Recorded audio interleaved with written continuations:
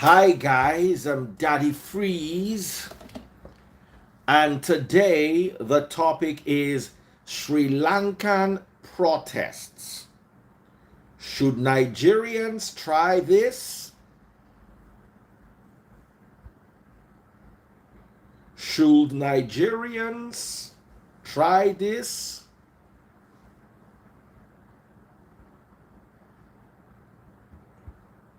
And my answer, the short answer is no.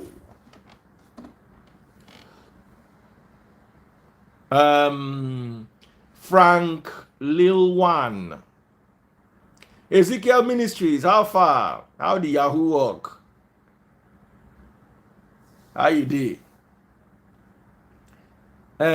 Somebody said talk about Nigeria. I want to block you. Hey, team leader, one of the team leaders of the Peter Obi tribe or the Peter Obi group is right here. Big shout out to you, Okon Lagos. Huh. The clash of the supporters is going to be wild. It's going to be wild. Okay.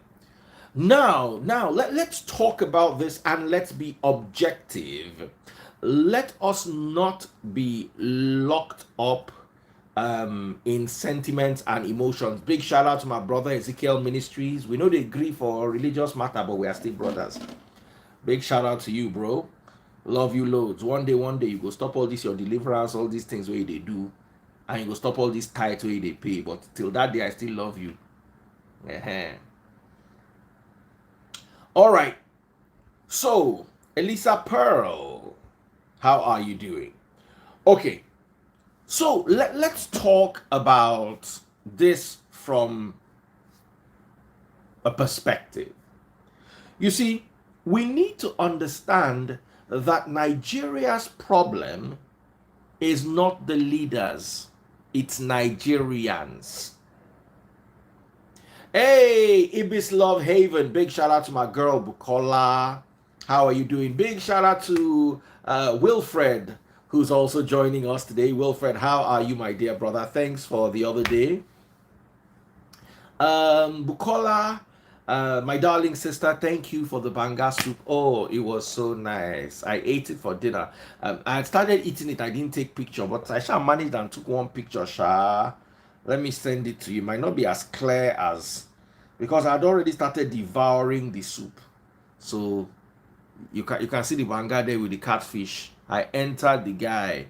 Hey, thank you with snail and full option. Thank you, my darling sister. So, back to what I was talking about, and I need us to work together. You see, I do not belong to the Nigerian mindset that blames leadership for everything. And I need you all to understand that whether you like it or not, our problem is the way we think. I would blame religion even more than I'll blame leadership, because religion is that tool that is used to bend your mind. Leadership cannot work on a straight mind. Bad leadership cannot mess with a straight mind because your mind is straight. You see, for bad leadership to thrive, there's a certain type of way the followers think. The followers have to be primed to think in a certain way, or it will not work. So for bad leadership to thrive, you need religion as a sentiment. You need tribalism as a sentiment. Those are our dividing factors. You see, a lot of people would say, we Biafra should go.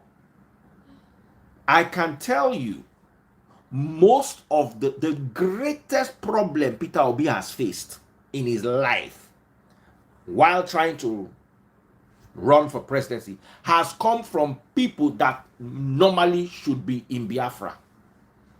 We've not heard Hausa people shouting much. Yoruba people, is that they join Peter Obi or they join the Tinubu Jeje? They don't shout much. Peter Obi is too stingy. Father Mbaka. Peter Obi is a scam. Asari Dokubo.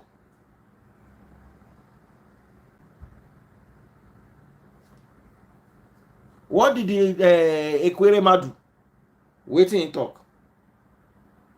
The greatest opposition he is facing it from the same Igbo, if not Igbo, surrounding. How far is Edo from Igbo? So we need to from Igbo land, we need to actually start looking at this clearly and saying, you see, let me tell you, it's like a friend of mine threw his wife out of his house. This was in 2006. He just came home one day.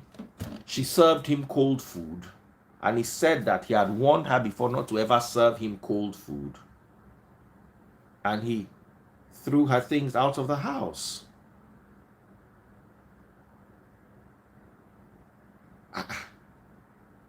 And I was like, what's going on? You know? So he said, no. And nothing anybody wants. His pastor talk, he say, no, they do. A family talk, he say, no, they do. No, they do.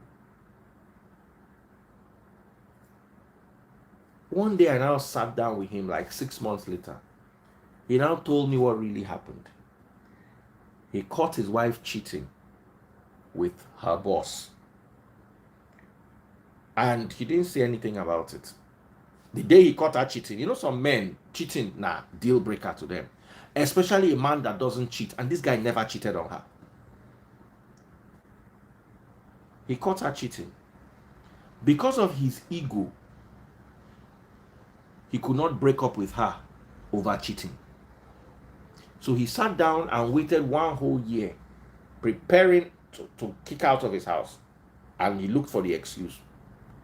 It was hard to fault her because she was actually very good around the house, did everything well. She just had a cheating problem. And he caught her and realized that it was not like she did it once. She did it a few times. So he just couldn't handle it. And he broke up with her because she served him cold food.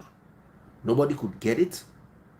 But for his ego, he protected himself. So you see, sometimes, and when we look at all these things, what am I trying to use this for is, you will see that beneath it all, underneath it all, the reason why we are the way we are is not because this or that. Is because we have a problem loving one another. Whether you like to agree with me or not, Nigerians have a problem with other Nigerians. Let me break this down to you.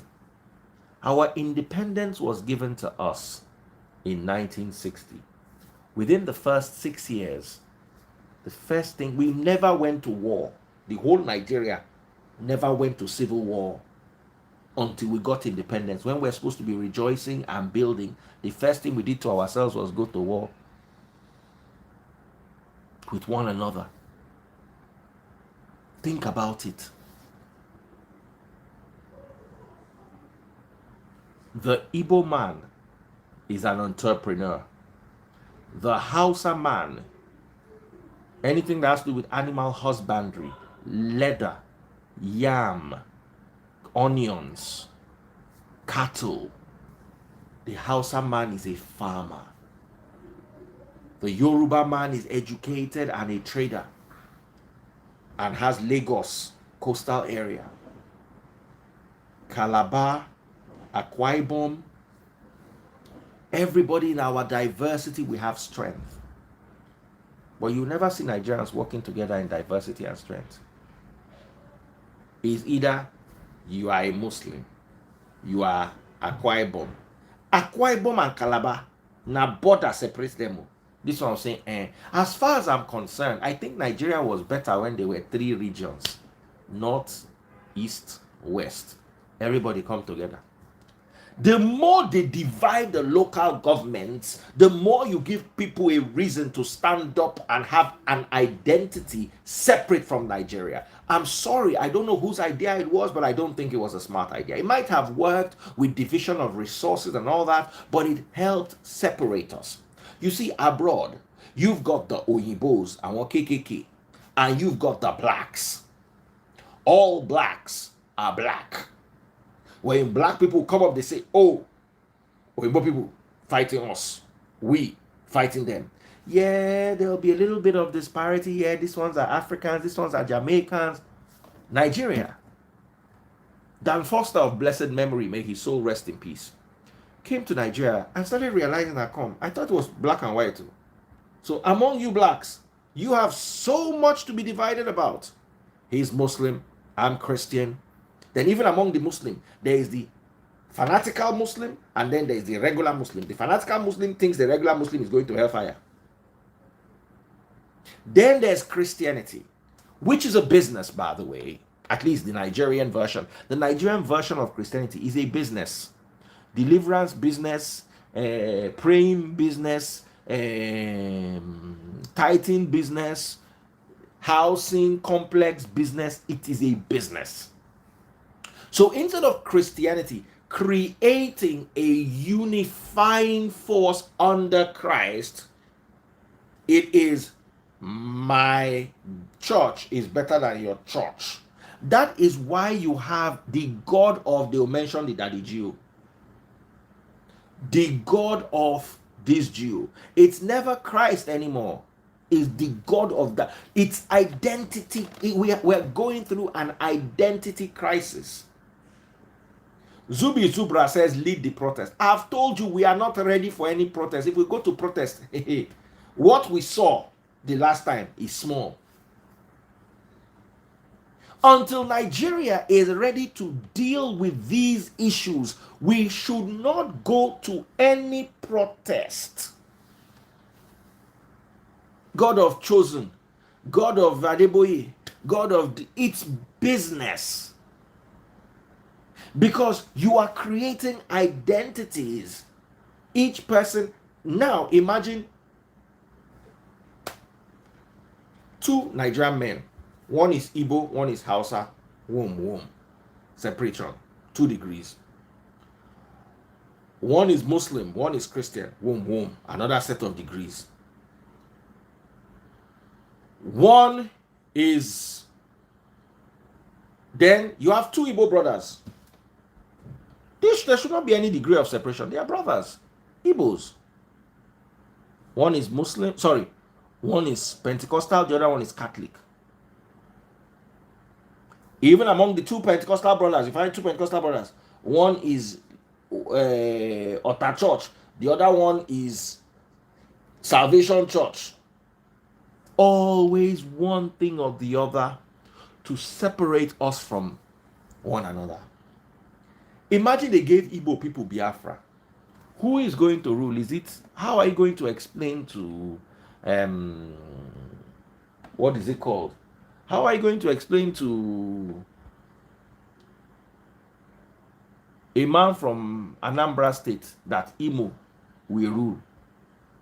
There's always going to be, it's not like it's Igbo land. It's Imo, Abia, this, that. It's always one reason or the other for us to be separated. Hennessy Owen 1 says, now your business. I go use you talk story today. You see people like this, their whole life get eczema. If you enter their bedroom because of poverty, you see eczema dey their wall. If they get motor, the whole motor go full for eczema. As it dey like this, we tell us make you come out shirt. I hereby invite you to come live with me. If you come out shirt, turn him back to you. The eczema where you go see, it go be like hieroglyphics where they engrave for him back. Hennessy Owen, you are the first human being alive that has eczema on his teeth. One day, my business is carry your eczema life out of my life. Receive blocking.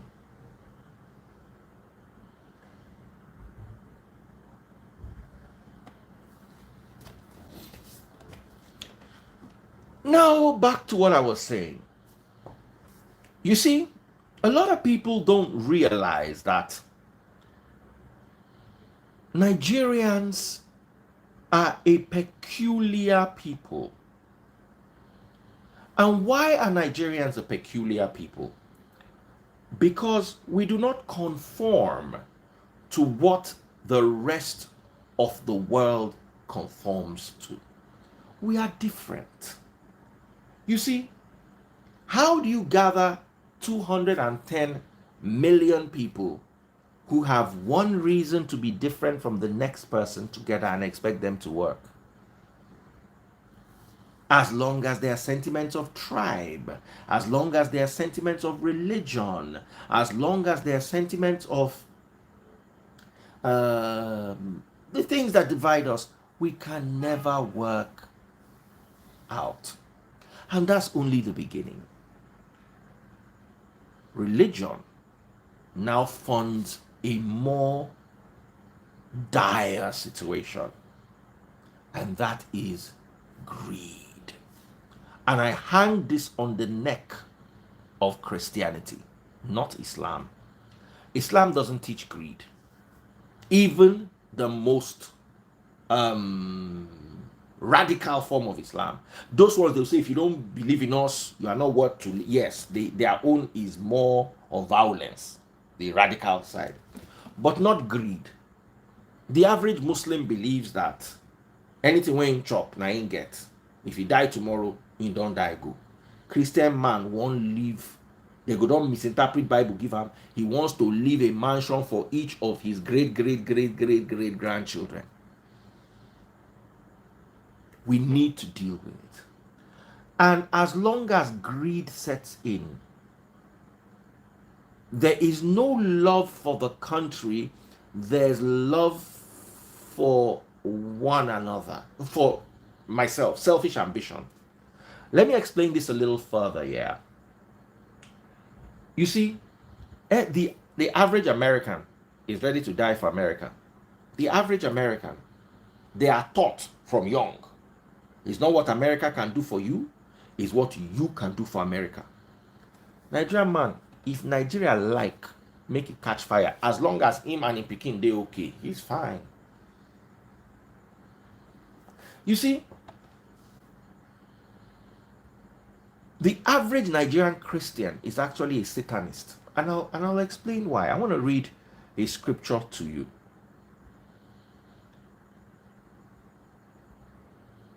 James chapter 3 verse 16. For wherever there is jealousy and selfish ambition, there you will find disorder and evil of every kind.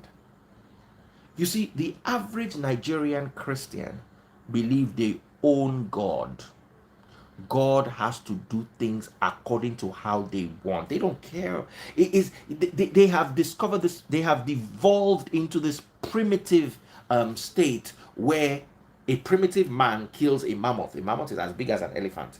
He cannot finish eating the leg before the thing goes bad, but he will still kill it. Instead of him to find a small animal that he can eat and not waste, they will try to eat it. You see, and this, Christ never taught selfishness. Christ was selfless. All the disciples were all selfless. They laid down their lives for you to walk on and get salvation. You, on the other hand, believe you own God. And God must do things how you want it. You don't care whatever happens to anyone else. That mentality is dangerous. Now, let's look at the Sri Lankan protest and let us analyze it in lieu of our own previous protest. Two, I witnessed. You saw the Sri Lankan people. Did you see anybody burning anything? They went to their president's house. They were swimming in their swimming pool. They were dancing. They were shouting. They came out on the streets. Did you see anybody eating anybody? Just watch it. Yeah, it's all I you know, sometimes I delay before I talk, not because I'm dumb, but because I actually want to be able to add value when I say things. They were having fun, but they blocked everywhere. And someone said they burned the prime minister's house. Okay. Did they burn each other's shops? Did they burn Okada and Keke and downfall buses that were on the road and petrol tankers?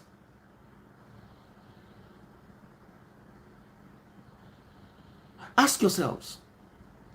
You see, the third problem in Nigeria, God bless you, Samuel Jemitalo, my brother. Thank you for coming the other day. You see, religion, selfishness, tribalism. For you to maintain these things as your tool, do you understand? I remember when I was growing up, there used to be one organizer near the Express. Every morning, before they go to open their shop, his children will go and be putting nails and sharp objects on the road. Like there was a junction until they caught one of them. They don't go there, go set, so that as your tire burst there, before you drive 1 kilometer, you don't reach their papa shop. Their papa don't dey there, they wait. The guy hammer say no build house that year, that small remain. In children don't go put nails for road early 5 a.m. Children don't wake up, don't they set nails for road for people moto until they catch the children. Children come talk to their papa tell them. So you see, those children where they set nails for road is because they need your car to be in a certain state, or their father will not be able to walk on it. So let me explain this to you. Yeah.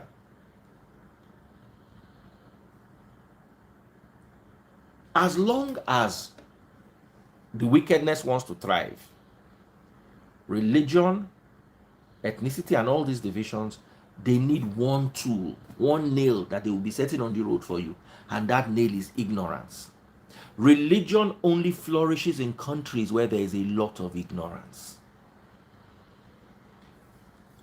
Only in countries that, just go and look, the more religious a country, the more poor that country is, the less rights the people have. It's just go and look. And what I'm telling you is, it's just there, available statistics for you online. So here's what I'm trying to tell you. Yeah, you have ethnicity, you have with tribalism, you have religion as it, and then you have a wealth of ignorance. Religion needs ignorance to thrive.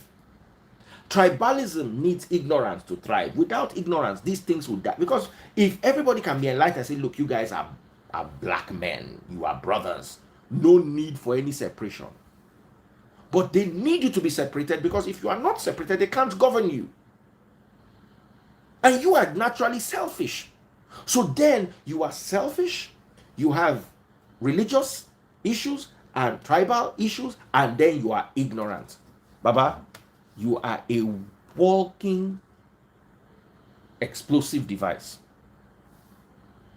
And that is what happened in the two protests I witnessed recently. The first one, what happened?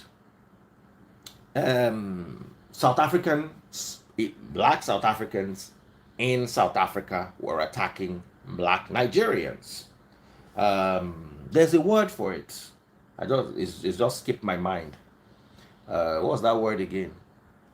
Xenophobia. Thank you.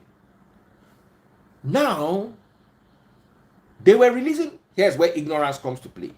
Your parents ideally should not have phones that have WhatsApp, because they don't understand how technology works. Anything they see online, they believe it and they forward it.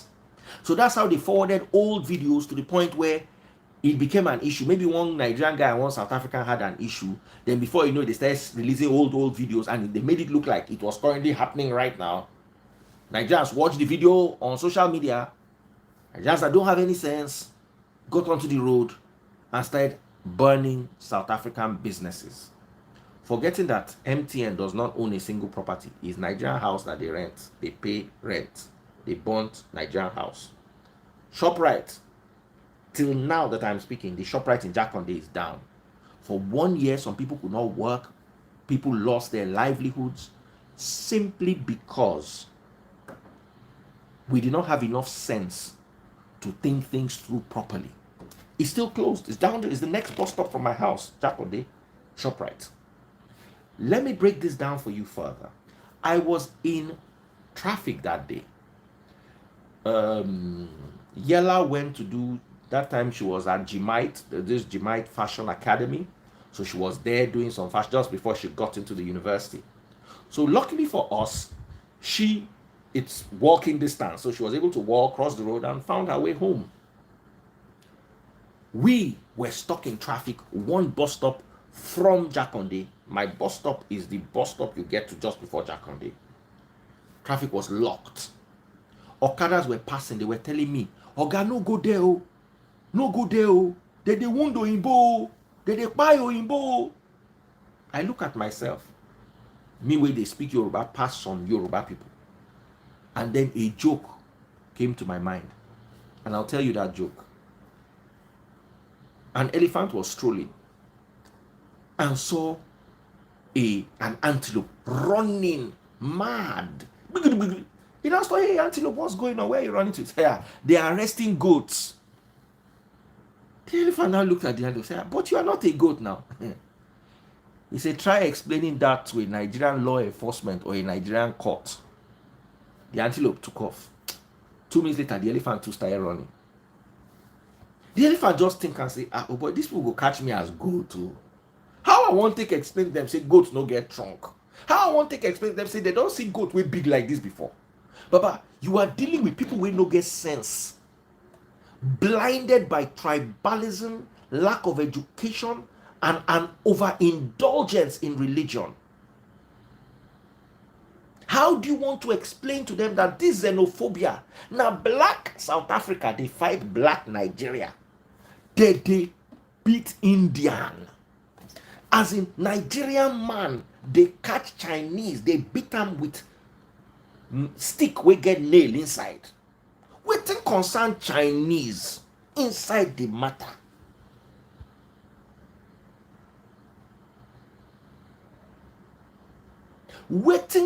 Baba, then when they come finish attacking Chinese and Indians, they come begin to attack themselves.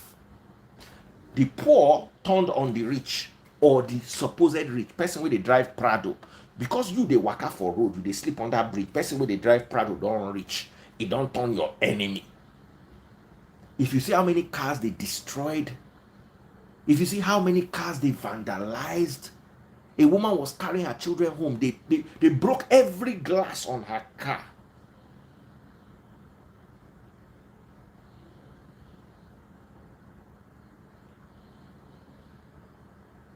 I was in traffic. Taste buds now had to drive, had to jump to the back and hide. Taste buds even hit a car in front of us. In our panic, we were able to get home. That's the first day I knew that Nigerians cannot protest. We don't have that sense. The people that you see, you will start well. You have sense. You gather yourselves. Those ones on the streets, they don't know anything. No. They will just go haywire. They will turn it to an opportunity for to have a cult clash. They will turn it to all sorts of madness. I learned a very quick lesson that day. NSAS. My houses, we could hear the bullets. I live in Lekki. We could hear the bullets and we're watching the live.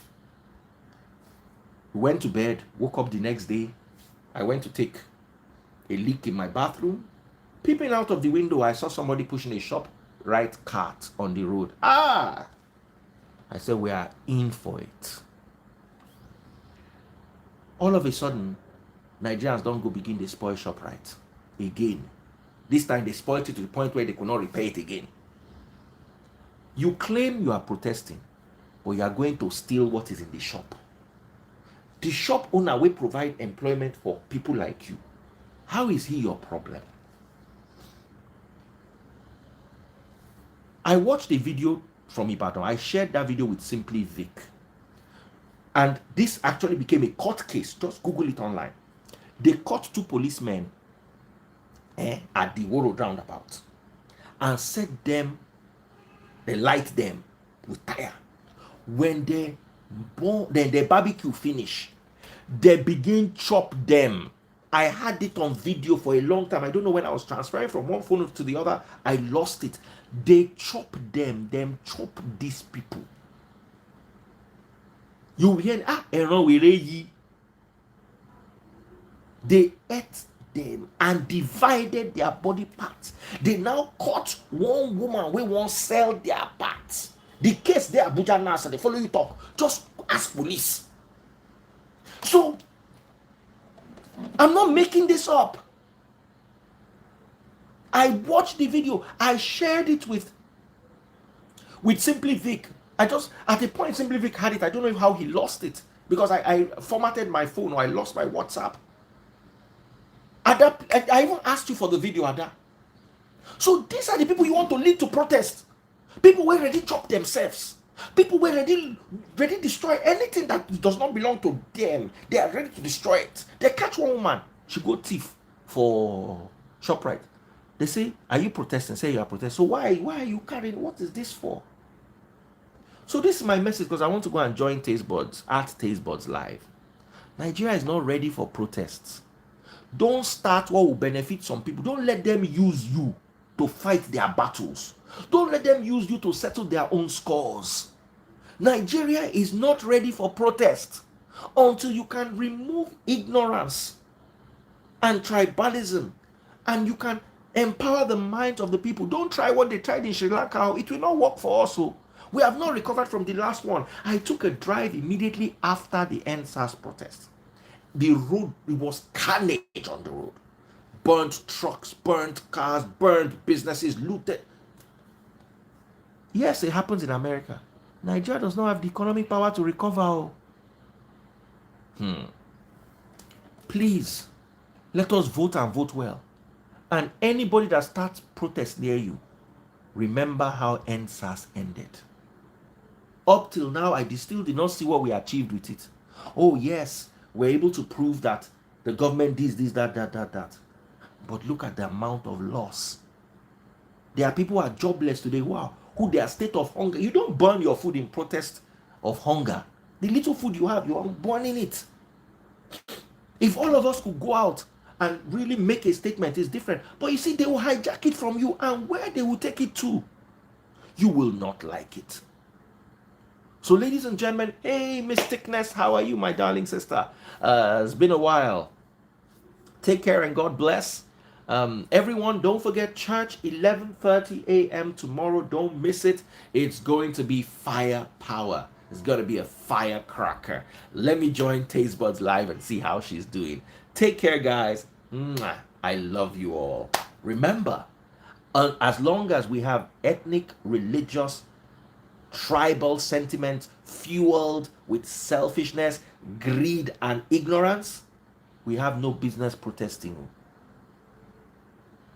Take care, guys. So I'm going to join Taste Buds now at Taste Buds NG. Meet me there at Taste Buds NG. Taste Buds is spelled TASTEBUDZ NG. You'll find it there on Instagram at Taste Buds NG. So please do join me. Let's go make it happen. Okay? Love you all. See you in church tomorrow. Bye.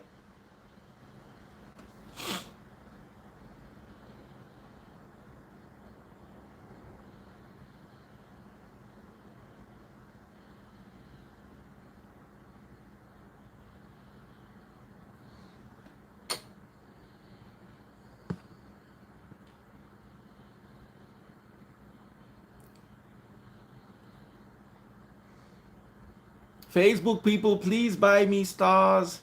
I always appreciate it when you guys buy stars. Thank you so much, guys.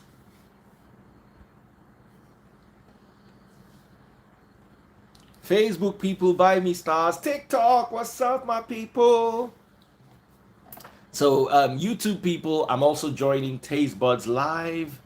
Um, she's live and she's Every issue of the depression because people have lost loved ones, financial meltdown.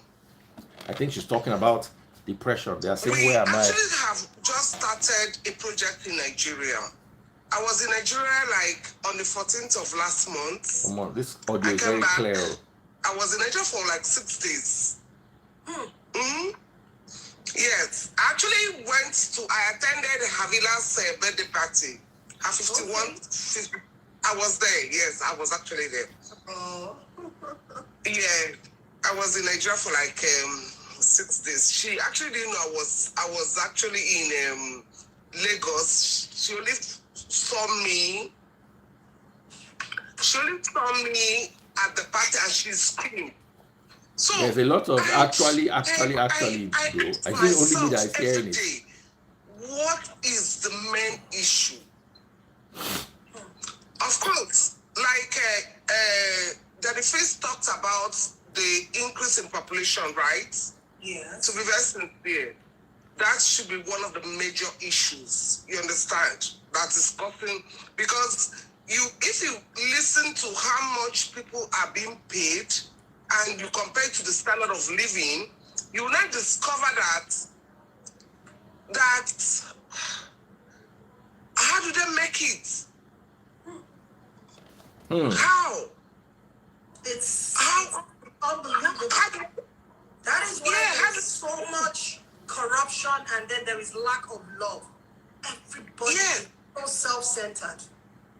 Because I'm telling you, it's unprecedented. I'm telling you. About me, myself, and I. How do I just survive? Exactly. And people don't even have this feel of they treat businesses in Nigeria like a transaction. Because, like, I was like, when is that done? So, I don't know. To be very sincere, I don't know where Nigeria is going to. I wish I have a solution to this situation, because it's like you pick every social issue, you don't even have a solution to it. None at all. None. I'm very active on Instagram. I read all the posts and all that, and I'll be asking myself. But like I keep saying, the change has to start from us, from each and every one of us individually, you know. So that's the long shot. Ripple effect. That's the long shot. Waiting for one particular government or one particular savior to bail us out is not going to happen. That has to start from each and every one of us. Hello, Daddy Freeze. Hi, how are you doing? You are most welcome. I'm not going to take too much of your time because I'm actually enjoying the contributions. You guys are talking about depression, right? Yes. Stigmatization of mental health issues. Yes, you see, it all started with the way we were raised. Daru. You see, we never sympathized with people who are dealing with mental health issues. Never. Religion also can be a very judgmental force. Religion helps us to judge other people. Oh, he took his own life, he's going to hellfire. You see, we are not sympathetic. Abroad, they understand what depression is. And let me tell you something here. I've been through depression before. As soon as see me say I like food, there was a period in my life I had ulcer. So I needed to put something in my tummy. I will go to my kitchen, grab a handful of gari, and pour inside my mouth. As long as that ulcer pain is gone, I'm fine. I began to lose weight. Over a period of about a year, I lost about half my body weight. Everybody around thought there was something wrong with me. And you know what was wrong with me? Nothing. I just did not have the will to eat. That willpower you need to get up, get out of bed, and eat, and go and make something meaningful out of your life. I just lost it. And maybe guys should mute their mics until they talk. Can you mute your mics? Because there's this I'm gonna leave in the next 10 minutes or 5 minutes. If you mute your mic, there will be no feedback. Okay, it's better now, Abby. Yes. All right. You know, so I know what it feels like. And I was surrounded by people who didn't understand. I remember telling my ex then that I'm depressed. And my ex said, "Why are you depressed? Were you not raised by both parents?" Because she did not have both parents. Automatically, she feels that having both parents was a privilege. And I said this last week. As far as I was concerned, there was a period in my life where if you have taken my parents, please take them as far away from me as possible because they were stressing my life. My parents were intellectuals or are intellectuals. My mother is a vice chancellor till tomorrow. My father is a doctor. He just finished building a hospital. He's almost 80, still building hospital. So you can imagine someone like me that doesn't want to be a doctor or a lawyer. They thought I was not okay. They thought I was not normal. And they frustrated me. So growing up with them, of course, by the time I got into the university, my mom understood me a bit better and were able to have a nice relationship. But before then, we're like cat and dog.